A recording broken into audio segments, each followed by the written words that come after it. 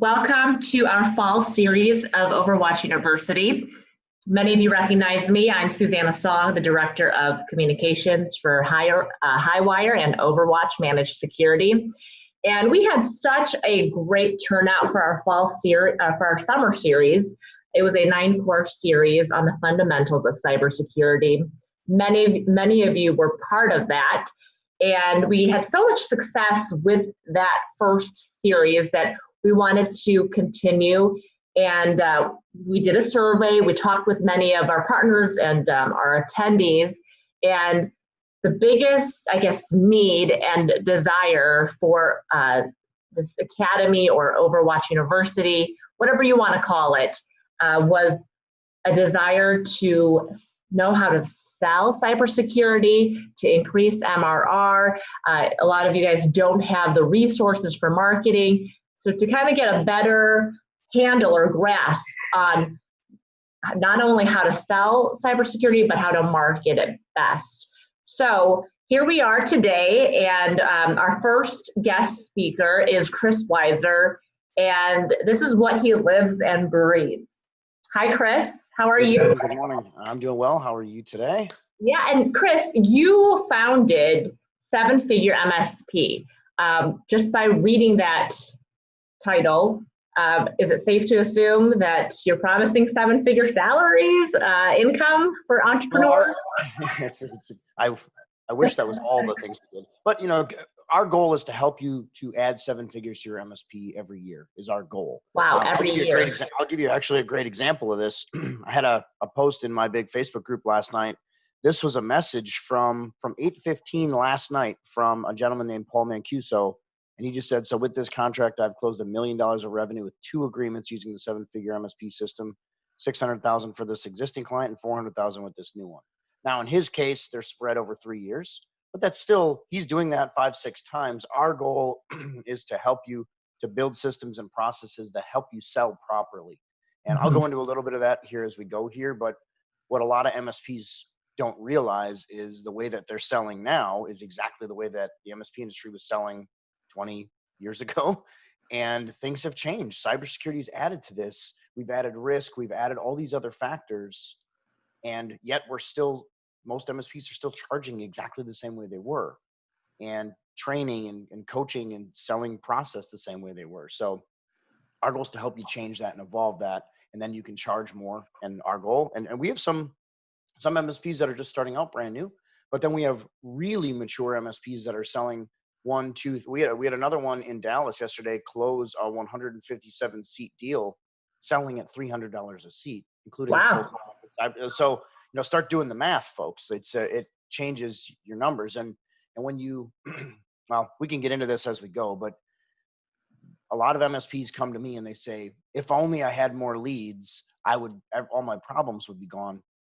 And I don't disagree with that per se, but understand that you're selling those new leads the same old way. So you have to know how to sell and know how to bundle and focus on risk and discovery and all these other things first, and then know how to actually get the lead generation, and then you can sell them all the proper way. Because and actually really quick, I'll say this, we do about 100 meetings a month interviewing new MSPs to be a part of our program. The average per seat price coming in is $63 per month. So think about that and then compare it to the 300 we just 300, right. Tell me a little bit about 7-figure MSP. So you are coaching MSPs not only how to sell, but to market the best way in order to increase their MRR. You're trying to make MSPs rich, essentially. Well, and a lot of it is positioning yourself as, many executives are going to be on the call. We call ourselves executives, but there's probably single person MSP shops, but it's treating yourself as not just the tech anymore, escalating yourself onto that seat, having systems and processes, all these different things to actually turn yourself. And I had an MSP in Milwaukee. You're in Chicago. I wasn't too far from you. I was not an MSP. We were a sales and marketing firm that delivered IT services. And you look at the difference in that, it's pretty dramatic in terms of what was our number one. Yes, we wanted to be a good MSP. Just because we're saying that doesn't mean that we deliver crappy service. That's not the case. But our focus was lead generation and cash flow. I would say for any business, Chris, A good entrepreneur, a good CEO, a good business leader understands the fundamentals of sales and marketing. You have to, in order to grow and expand your business, to have that vision. And that is why it's so important. Cybersecurity is no exception, guys. I heard something recently from a coach like yourself, Chris, saying, if you're an MSP and you're not offering cybersecurity, your customers are they're going to leave you and they're going to find an MSP that is selling cybersecurity the right way. So it's time to add that to your stack. And they're probably going to leave you, not necessarily. There's two ways they're going to, you're right. First of all, there's two ways they're going to leave you though. They're either going to get propositioned by an MSP that is selling a full, and that's a lot of what we do on our sales process is we walk in the door to these new clients and we're doing a full risk assessment and showing all the back end of, the data is the critical piece now. Right. It's not just the supporting the people and the devices anymore. So we show all of that stuff. And I'm going to tell you, you're right on, because like 99.9% of clients that my MSPs go into and talk to have never had this discussion at all. So they're either going to get propositioned by another MSP or they're going to get breached and they're going to come back to you. And then then all the trust is going to be gone. Right. Trust is huge. Huge. And actually in both of those cases, you probably lose trust. If you think about it, like, the last thing you want is to have another MSP walk in the door offering a full cybersecurity solution. And then your client's like, Well, the other thing, Chris, just to add to that is we hear a lot of MSPs when they come to Overwatch, they're like, you know what, I hate to admit this, but our customers already think that we are offering cybersecurity services when we're not. I mean, a firewall is not cybersecurity today. Endpoint security or basic antivirus is not cybersecurity. So you spot on again. It's so key. And the other factor, you're exactly right with that. The other factor with this is what happens when all of these issues turn into a real thing and then they file an insurance claim. And these are things that are happening right now. This is stuff that is proven happening already. The businesses get hacked, breached, ransomware, whatever. They file an insurance claim, and then the insurance company also says, why weren't you doing this? So not only is the client assuming that they're doing it, but the insurance companies or the business firms that are associated with your client is then saying, you're pretty negligent for not doing this. And even though there's not any code or law or anything, a lot precedent is being set to show that MSPs, if at least not having, you have to at least give your client the opportunity to say no, to not be negligent is basically the case of where we sit. So I'm on the same page with you 100%. All right, people have joined us this morning because they don't want to hear from me, but they want to hear from you, Chris. So the topic today is how to sell cybersecurity, how to add it to your stack. And I think the key words here are how to increase MRR, because I know we have partners on this webinar on today's call who have signed on either with us or maybe with a different cybersecurity partner, and they need help selling. They want to be enabled. They need some tips. So take it away, Chris. Let us know. Okay. So I think the biggest thing that I can say with this is you have to start by having a sales process. And if we have questions as we go here, feel free to put them in the chat or the Q&A and we'll answer them at the end. This is going to be kind of a brief version of this. This is something that we teach in my 7-figure MSP program over the course of 3 to 6 to 9 to 12 months. So don't think that you're going to come into a 30-minute webinar and get everything. We're going to give you some basics. So most important thing is having a sales process, really key out of the box, which means that you are actually paying attention to sales. Most MSPs have a rate sheet. Think about how critical this is. What does a rate sheet immediately define? A price point. You're stating a price point and you're selling based on a price point. So make sure you have a sales process. Make sure you focus on a sales process that starts with actual discovery. Now, we're assuming that you have the lead here because there's a lot of things that come before discovery that we're not going to talk a lot about right now. We just don't have the time for it, like eliminating sales objections. And you see some of those on the bottom of this slide, some of these other pieces. But it's really important that you discover. Traditionally, MSPs are doing technical discovery.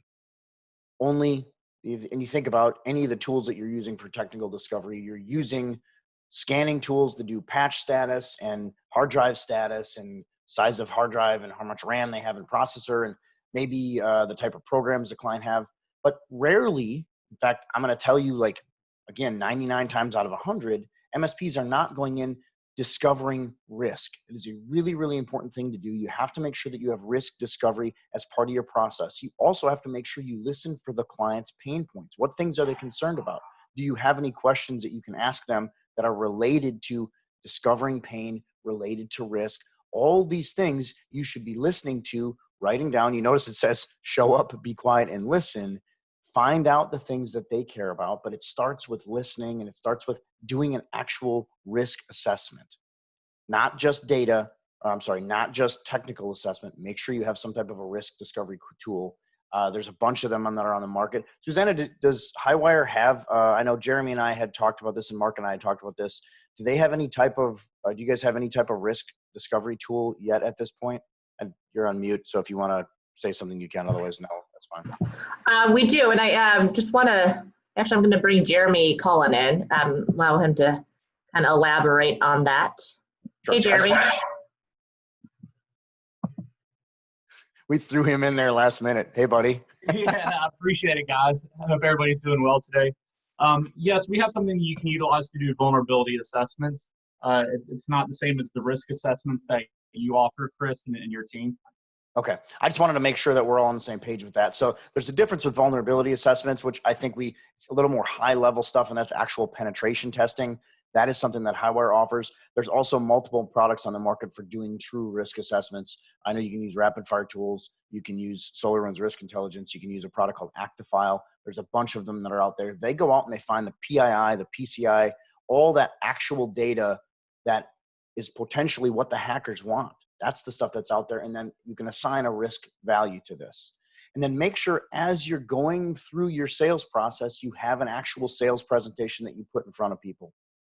We have a full, about a 30-slide PowerPoint presentation that we sell. We include all of our risk discussion pieces as we actually present. All these things are in there, and we show them, here's your potential risk vectors, here's all the potential costs you're going to have, and then here's all the pain points that you have. And it's really important that you sell to the pain that you solve. And a lot of MSPs want to go in and sell individual products. In fact, I saw somebody the other day selling KnowBe4 at like $7 a seat and all these other things. Every time, there's two major factors with that. One, when you start talking about individual products at specific price points, it becomes a commodity, which is a really, really important thing. We want to stay away from being a commodity. And then two, you have to sell a complete solution in order to remove some of that liability that we're talking about. You never can go into, you think about, if you sell a managed firewall, you are immediately taking on liability for management of a liability of that firewall getting hacked. And if they get into that network, it's everything, right? So it's really important that you sell to the whole solution, single product point. And if we go back to 3, 4, 5, 10, 15, 20 years ago, everyone was talking about a good, better, best model, all these different variables related to that.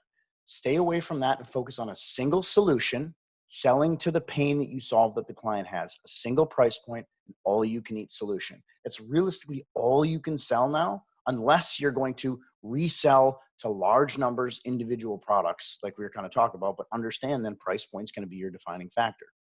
And understand also, if you are skipping steps in that sales process, you're going to run into sales objections. And if you see the ones that I have listed here, if you're running into price point objections, your price is too high, I'm not ready to commit right now, we'll just pay the ransom and we'll get hacked.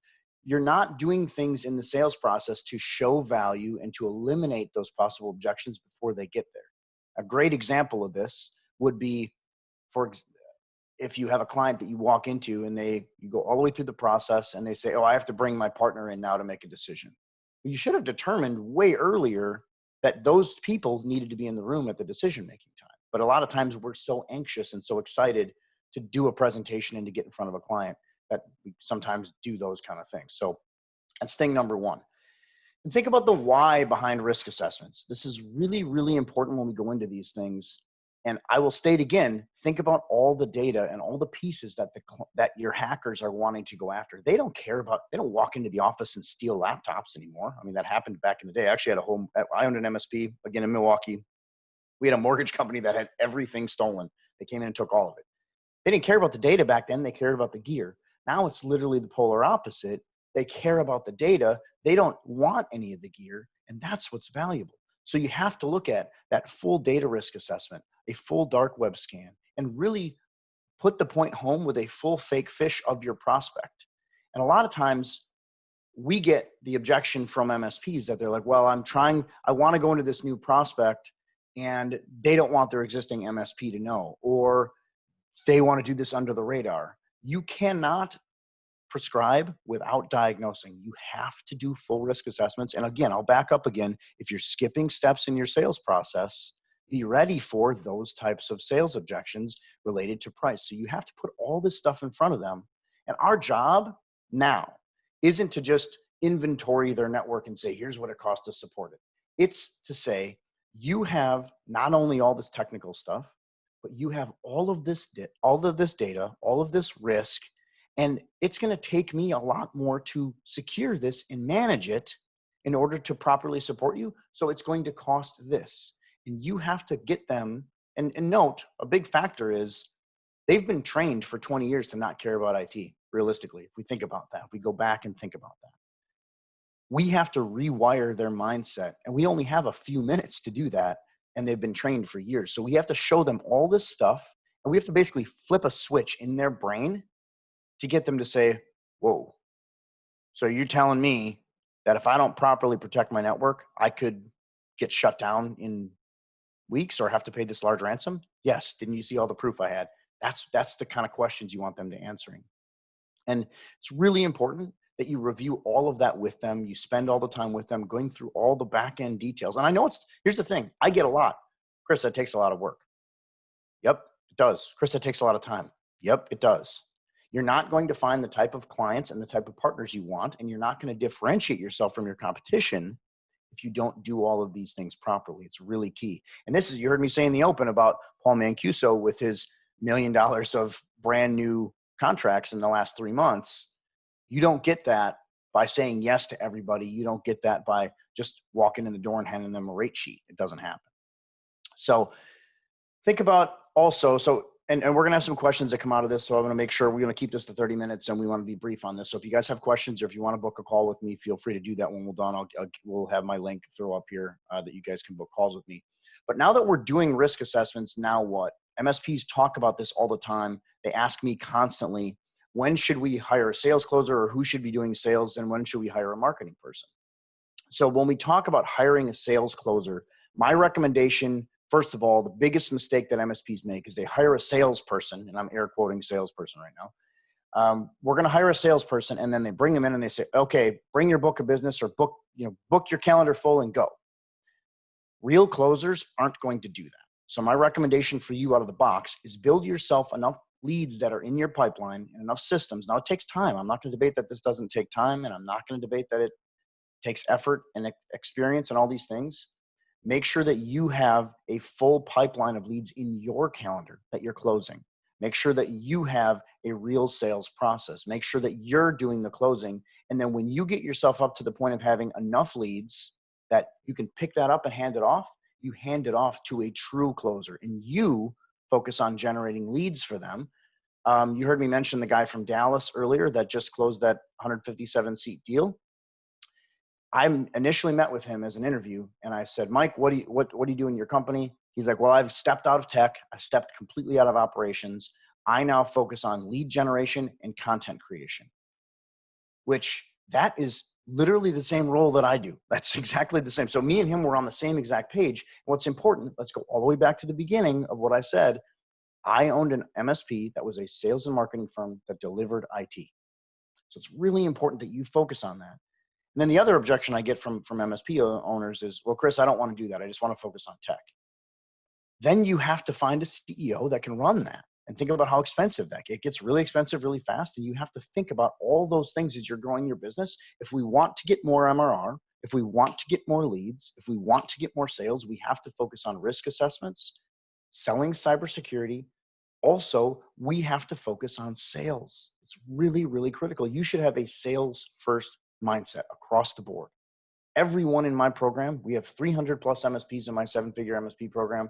all of them are taught every single day to have a sales first mindset. It's really key. Now, also, when should we hire a marketing person? There's two different factors with this. One, you should be doing exactly what I was talking about earlier with sales, driving leads to your pipeline, you focusing on doing your risk assessment meetings, your discovery meetings, your risk assessments, all these other different things until you get to the point where you have enough leads for a closer.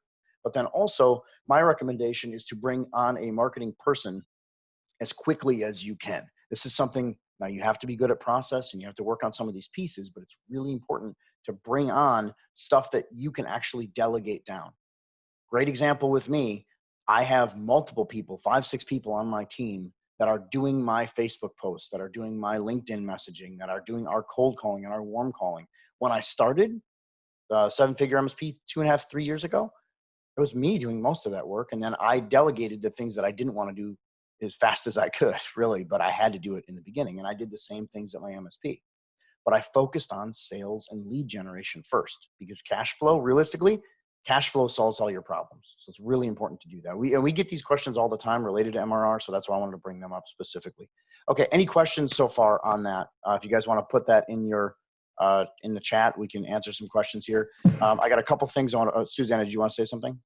Yeah, we just got one question in about, so that last slide. So some of these MSPs are smaller. They may be in the boat that you were in when you first started your MSP. They don't have the cash, the revenue. So what's more important, as this person is asking, a sales closer or a marketing person? So I would say, I think in your case, you should be doing your closing until you get to probably 15 to 20K of MRR would be my suggestion for you. So you have a sales process, you have a system that's behind it, you're doing your risk assessments, you do the closing, because one of the statements that I live by, master the strategy, delegate the execution. So in the beginning stages, let's build a strategy, get yourself to where you're an expert in the process. Think about how much easier it is to bring a closer in when you've already closed $45,000 of MRR or $20,000 of MRR, and you've gone through all the trials and tribulations of that, and you know that the process works. And you know, and there's going to be hiccups and changes and all these things that evolve over time. You want to be the one that goes through that. And I know you're technical. I get it. Like, I totally understand, because I was that guy too. I was a very technical guy, and I've molded myself to become a public speaker and a webinar broadcaster and a sales trainer. And I'm a very sales focused guy. I started my MSP as a 1-person MSP shop. Like, that's what I did. I was the IT guy for a 100-person orthopedic firm when I started. So it's really important that you build that sales strategy. You do the closing as you begin. And what do you need to focus on? If you think about that, lead generation that you can hand off to someone, which is process and systems and different things. And that marketing person. Now, you can also supplement that by having a marketing company work with you, but you still should be running the strategy. It's really important. Susanna, you're a marketing communications person. I think you can tell, like, unless I'm way off base, I think we're on the same page with that. Yeah, I think marketing is huge. And I know some of our partners, what they like about our program is that right now they're maybe a smaller MSP. They're not ready to spend, tens of thousands of dollars on a marketing person, per month or whatever their budget is. They like the Overwatch Partner Program because you get me for free. You get our marketing platform, you get our, digital marketing tools and the expertise that I bring for your own MSP. So the reality, Chris, is that a lot of people just don't have the dollars to spend on marketing. Well, and a lot of times what you have to do in that case, we all don't have the dollars in the beginning, but you have to supplement those dollars with time and consistent execution. Right. And that's a really important factor. And another thing, we're actually building. I'm not sure if you guys have ever heard of a tactic called the Dream 100, but there's a gentleman named Chet Holmes that wrote a book called The Ultimate Sales Machine. Go get that book. It's a phenomenal book, but he talks about the Dream 100. Years ago, we would go after the Dream 100 clients.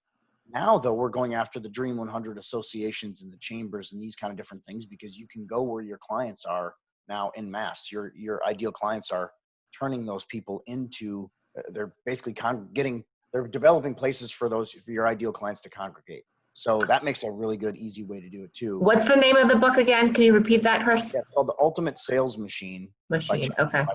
Yeah, it's a really, really, really good book. And actually, Suzanne, I'd recommend you read it too, because it's all about lead generation and traffic generation and all these different things. That's a little bit older, so we have to take some of those things and pick it up and put it on today's world. But it's same concepts apply. Yeah, I'll take that one. Drive traffic now than it's ever been. We have, instead of, if we go back, and I know we're kind of getting into the traffic, like marketing discussion a little bit, but if we go back to when I started my MSP in 2003, I had like 3 or 4 ways to generate leads. And it was cold calling, prospecting, direct mail, and basically trade shows. Now you think about how you can do that. I can reach 100,000 people in a few hours if I wanted to. Like, it's all about how you're collecting people and getting that content out there. Look what we're doing right now. We're across the country on video, broadcasting to whoever we want. Chris, another attendee is saying, could one marketing person do all of the Facebook, the LinkedIn, direct mail, cold calling, newsletters? She says, I do them all, and I find it fairly difficult trying to do all of that when it's actually supposed to be done due to having, she's basically saying she can't do it all, and maintain the CRM, quoting, proposal, and she's not the owner. So to me, and I don't know what situation you're in, Paula, but that is a lot for one person to do. It's hard to I totally agree. Each purposefully and well. Yeah. A couple things that I'll say with this is I would pick pieces of that and outsource pieces of it. So for example, I think, and if you're doing all of that, you're a superstar. I'll say that first of all, because that's a lot of stuff, just like Susanna said. But I would potentially outsource or even insource to an individual person you're cold calling. The Facebook, LinkedIn pieces also potentially insource or outsource to individual people. And maybe it's a budget thing, but you can definitely find virtual assistants. You can also find people on Fiverr, Fiverr, to do some of these tasks for you. The key to making them successful is process. You have to have either a written or a video process that you give people of, this is how I want it done, and it should be consistent.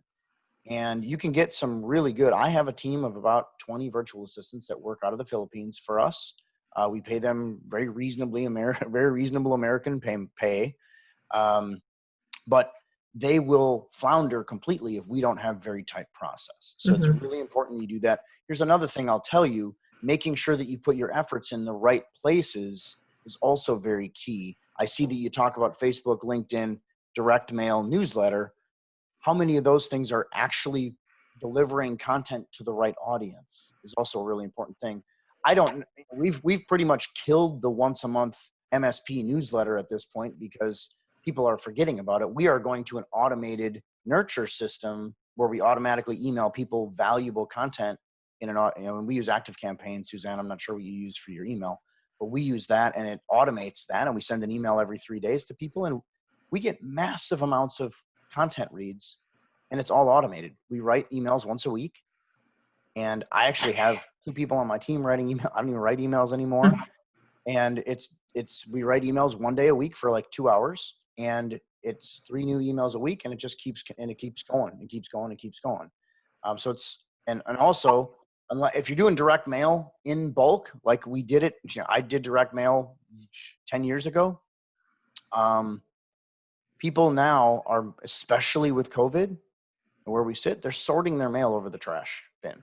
So you have to be very specific, very pointed, very purposeful if you're going to do direct mail. Otherwise, it becomes very labor intensive and very costly.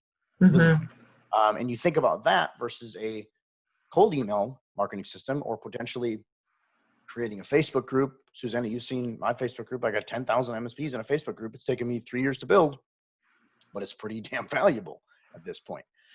So it just kind of depends on all the different things that you have to do. And Paula just said, I'm a tough old bird and somehow get it done most of the time. I love that. But it's difficult. Yeah. And I would say too, to add to that, Paula, like figure out one thing that's effective right now.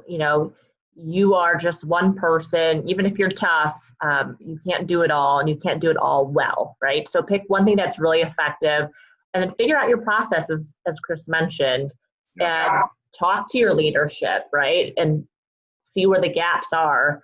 And I would just have an open conversation with them because no. Yeah, and one thing I also potentially see in that is, are we doing things, because what you're talking about there, I look at Facebook, LinkedIn, direct mail, cold calling, newsletter. 8 years ago, I was doing all that stuff religiously, but was I doing the right things at the right time? And so it's looking at today's market and looking at the best way to potentially infiltrate it and maybe tweak those things so they're more effective. Because based on what you're writing there, it looks like the same stuff that I was learning and taught 10 years ago. And I was just doing it when I started. I was just doing it because I was told to, but I wasn't looking at the strategy or the theory behind it. And now we've kind of evolved, and Susanna does, we talk about this, me and her, a decent amount actually, because she's marketing and I'm a very marketing minded guy. So we focus on this stuff all the time, and the entire market has evolved to where you have to reach people in a different way. And in December, early December, the first Thursday of December, we'll delve deeper into marketing. So we've got an awesome speaker who has worked in the channel world marketing. She actually was the former editor of Channel Partners. She will be our guest speaker, and here at Overwatch, we use her as well. She's our marketing partner, and she's phenomenal. So make sure you register for that class if you want a deeper dive into marketing. Yep. People keep asking, will we receive a copy of the recording? Absolutely. Overwatch and Highwire Networks, we have an awesome YouTube page with all of the recordings, and I'll make sure you get that link in an email. So either, I know I answered it live, so if you look at the Q&A button, there's a link there, but I will email it out to everybody. Chris, one attendee is asking, what training do you provide for MSPs? Sure, thank you. So we have a program called 7-Figure MSP, and we teach you all the things that we're talking about here. We teach you with accountability and details. We hand you the sales process. We hand you the sales presentations, the proposals, the risk assessment process, all of those things we deliver for you. This is not a short and quick video training. This is a minimum 1-year commit, long-term but we have real massive results, which it comes with that. And there's also a lot of accountability that comes with it. So we're teaching you how to be a sales and marketing focused organization is what we do in 7-Figure MSP. And one thing I wanted to say here, I'm going to put in the chat my direct booking link for anybody that's watching on the call here.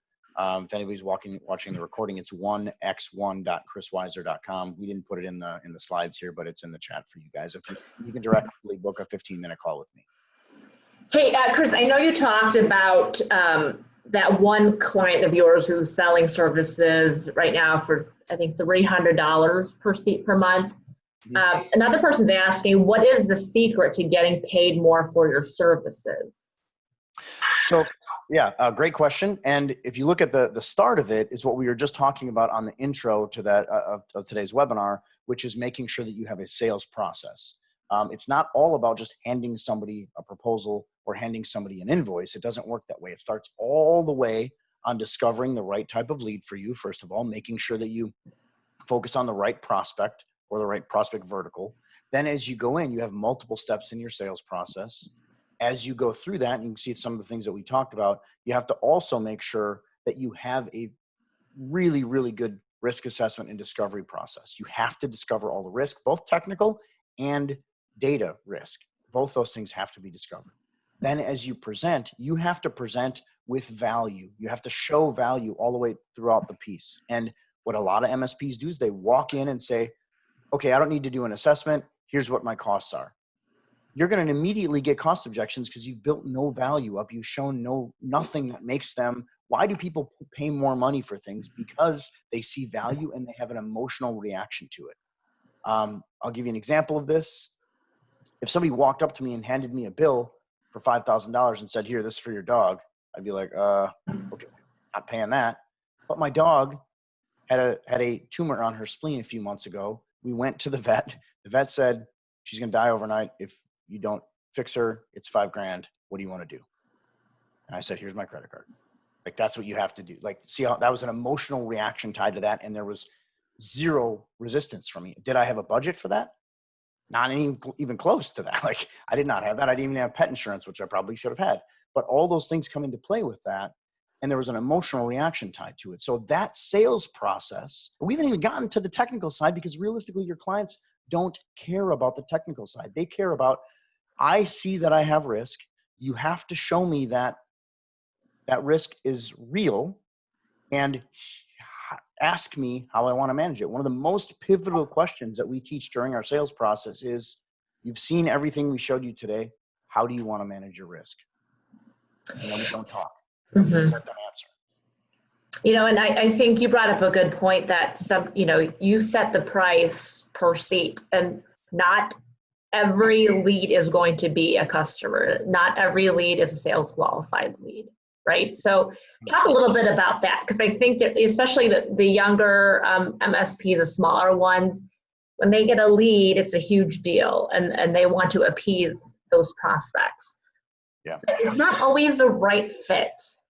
Yeah, absolutely. So there's a couple things that go along with this. Number one, it's basically stating, in fact, my clients state out, they'll take small clients. We have a bunch of one-man shows in our program, but their minimum is $500 a month.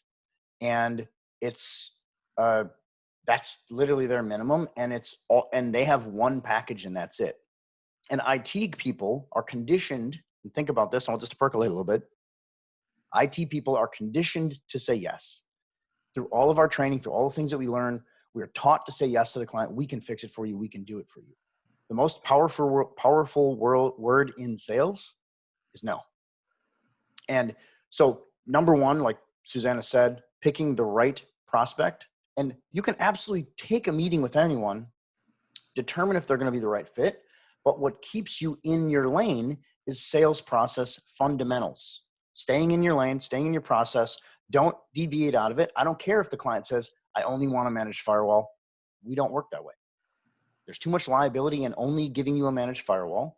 So I'm either going to service everything, or I'm going to walk.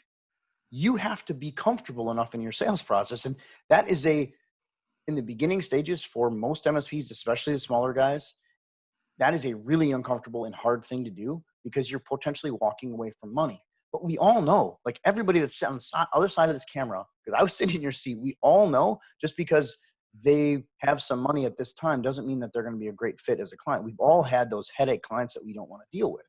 So it's really important that you establish that sales process, establish all those pieces. You stick to your lane, you stick to your guns, and you say, here's my process. We're going to go through a risk assessment. I don't need a risk assessment. I know what I got.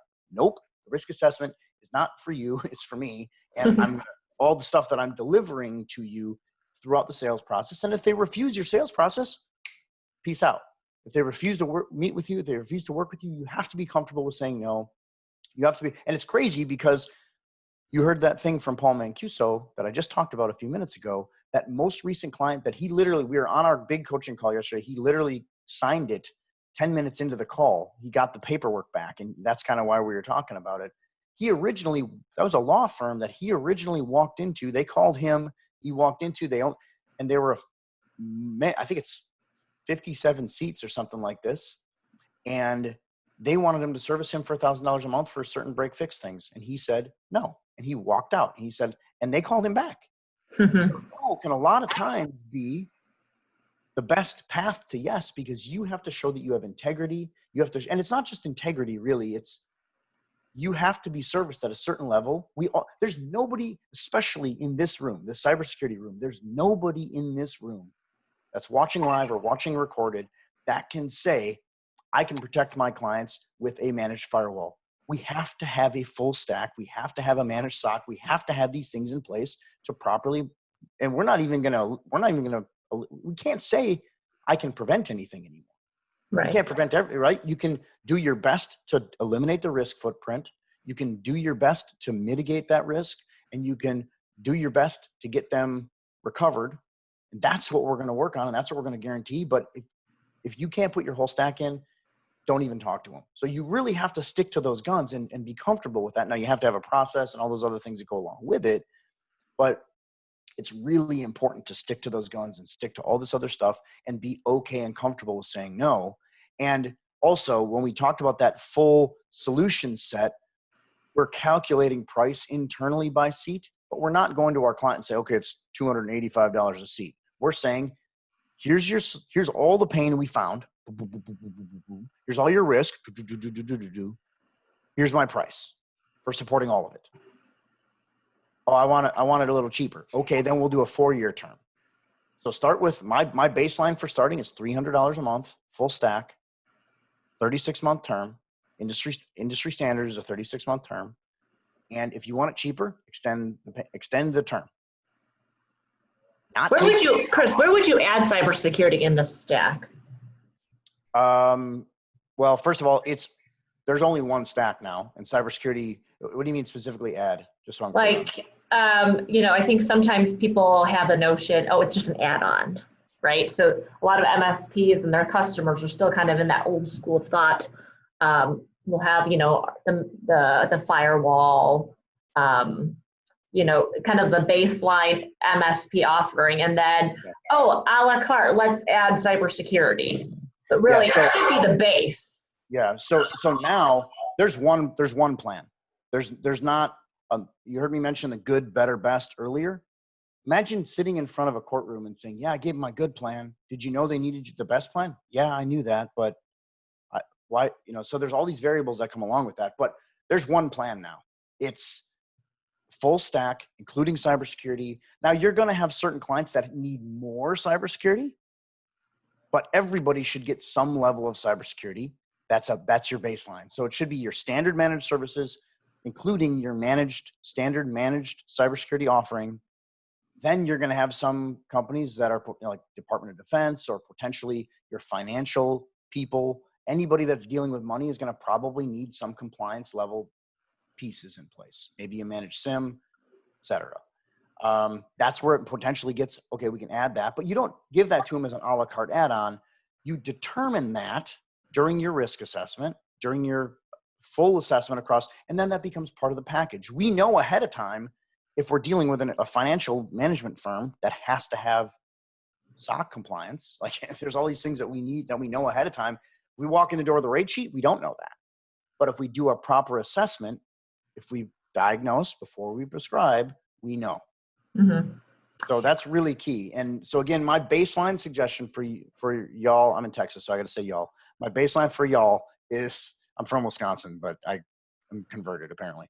5 years in Texas gave you the draw. $300 a month per seat. That's how you calculate it. 10 seats, it's $3,000. And I know you're saying to yourself, my clients will never pay that. That's in your head. We have guys in our program that are doing this all day long, every part of the world. We're doing this in Australia. Australia is way behind us at this point from a financial, what they've been charging for MSP standpoint. So $300 per seat, calculated internally, give them the whole solution set. Your onboarding is what we recommend for our onboarding charge, is usually a multiple of the hours that you need to bring their network up to speed.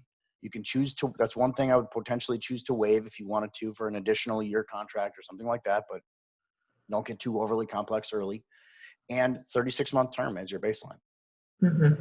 If they want a shorter term, let's ask this. If we go out and buy a car, standard leases are what, 4, 5, 6 years. If we want a cheaper monthly payment, what do we have to do? Longer term. If we want a shorter lease or shorter purchase loan, what do we have? More expensive payment. It's the same concepts that we should apply here. And I'm just telling you guys a 36-month term is the standard now. That's it. Okay. I think a lot of people, they're absorbing all of what you're saying, all great advice, Chris. At Overwatch, one of our main discovery questions is, do you think you need cybersecurity?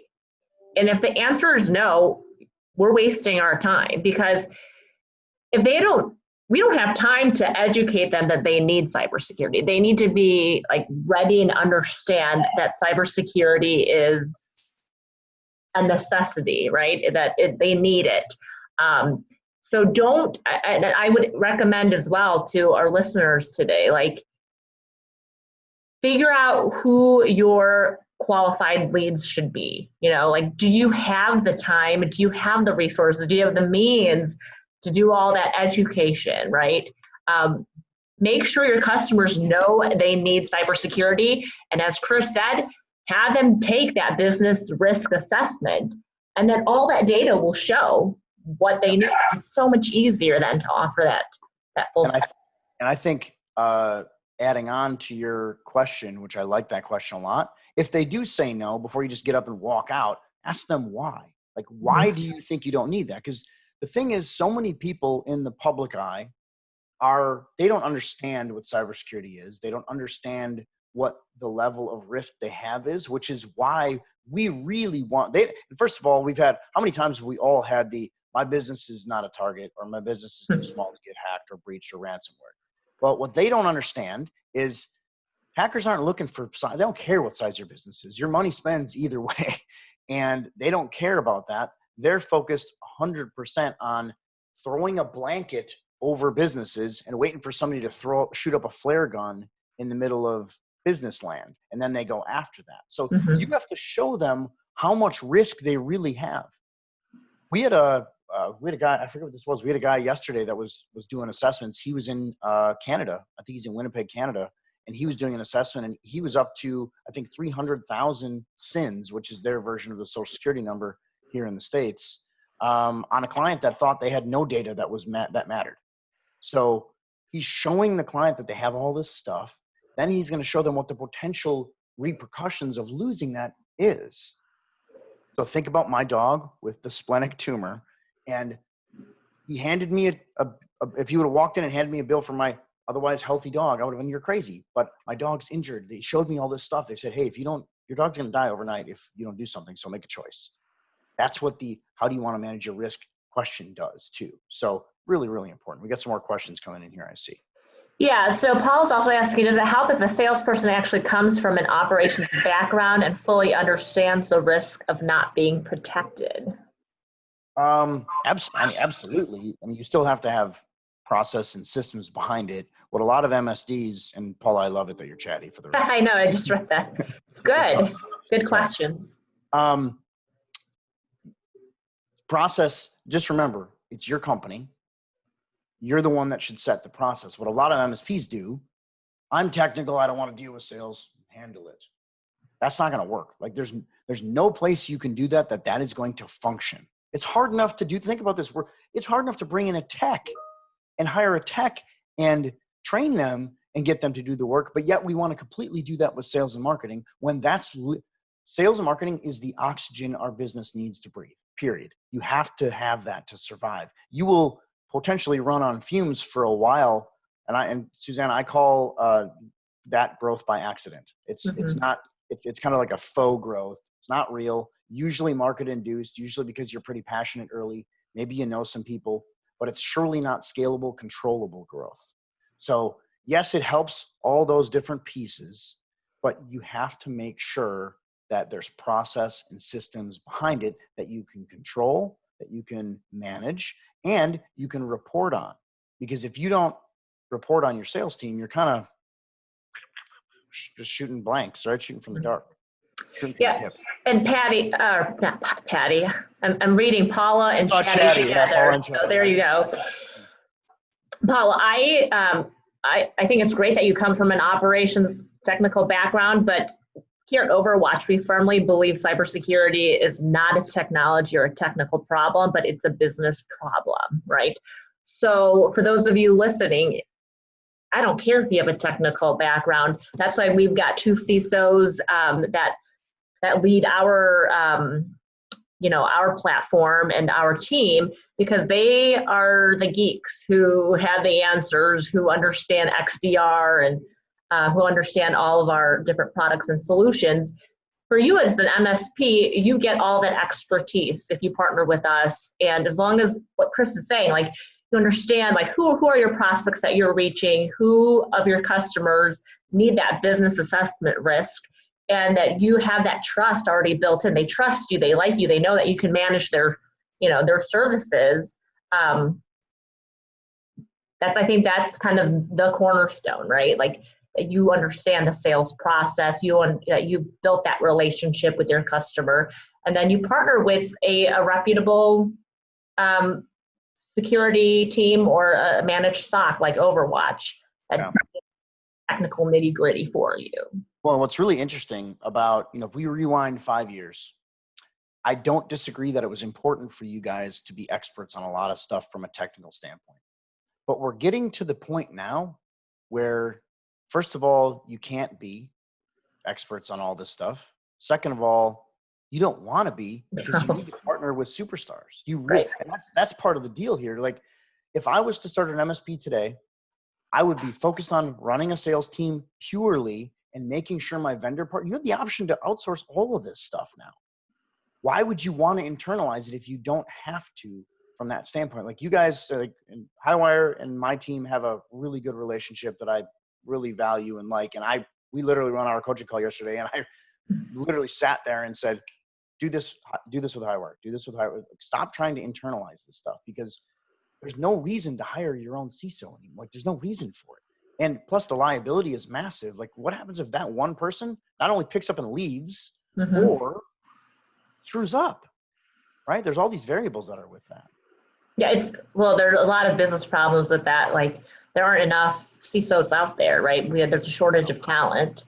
And then just to be able to understand all the different point solutions. I mean, And the threat vectors is changing every minute, not every week, not every month. It's changing every minute and every second. So there's no way you can do it. And it's expensive.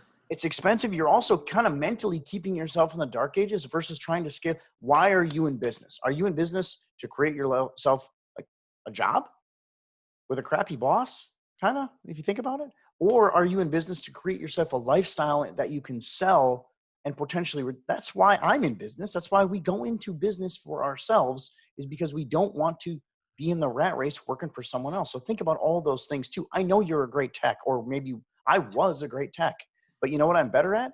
Making money, which I can get a lot further in life. And we're getting into kind of like some deep stuff at this point, but it's really, really relevant. And it's really important, because your focus as a business owner, founder, CEO, whatever, should be on oxygen, breathing, versus I need to be in the closet playing with servers all day.